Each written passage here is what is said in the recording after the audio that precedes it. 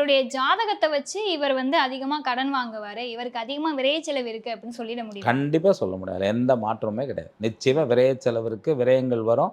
இந்த நோய் வரும், இன்னென்ன நோய் உங்களுக்கு வரலாம். ஓரளவுக்கு நீங்க டாக்டர்ட்ட போய் டெஸ்ட் பண்ணி என்னன்னு கண்டுபிடிக்கிறத ஒரு 60, 70% நல்ல எக்ஸ்பீரியன்ஸா உள்ள அஸ்ட்ராலஜர் சொல்லிடுவாங்க. இது வரப்போகுது, கவனமா இருங்க அப்படின்னு. அத பார்த்து பயந்துக்க கூடாது, உஷாரா இருக்கலாம். இது வராம இருக்கிறதுக்கு என்ன செய்யலாம் அப்படின்னு சொல்லி கேட்டு ஏன்னா, ஜோதிடத்துக்கும், மருத்துவத்துக்கும் மிகப்பெரிய தொடர்பு உண்டு. இப்ப அது விட்டு போயிடுச்சு. ஒரு காலத்தில மருத்துவர்கள் ஜோதிடம் பார்த்தாங்க, ஜோதிடர்கள் மருத்துவம் பார்த்தாங்க. எனக்கு தெரிஞ்சு 30 ஆண்டு, 35, 40 வருஷத்துக்கு முன்னாடி ஒரு பிரபலியமான டாக்டர் வடபழனியில பெரிய ஹாஸ்பிட்டல். அப்ப அதுதான் ஸ்டார் ஹாஸ்பிட்டல்.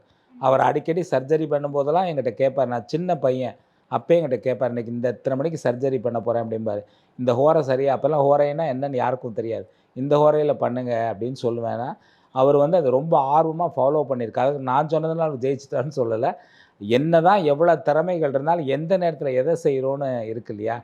அத ஃபாலோ பண்ணுவாரு. ஆனா மருத்துவத்துக்கும், ஜோதிடத்துக்கும் சம்மந்தம் உண்டு. என்னென்ன நேரத்தில உங்களுக்கு கடன் வரும்? என்ன மாரி கடன் வரலாம்? எப்பல்லாம் கேர்ஃபுல்லா இருக்கணும்? இப்ப கடன் வாங்கலாமா? வேண்டாமா? அதே மாரி வந்து இப்போ உங்களுக்கு இந்த மாரி நோய் வரும். இந்த நோய்க்கு நீங்க இந்த மாரி செஞ்சுக்கங்க. பாதுகாப்பா இருந்துக்கங்க. கவனமா இருந்துக்கங்கன்னு சொல்றதுக்கு ஜாதகம் கண்டிப்பா உபயோகப்படும்.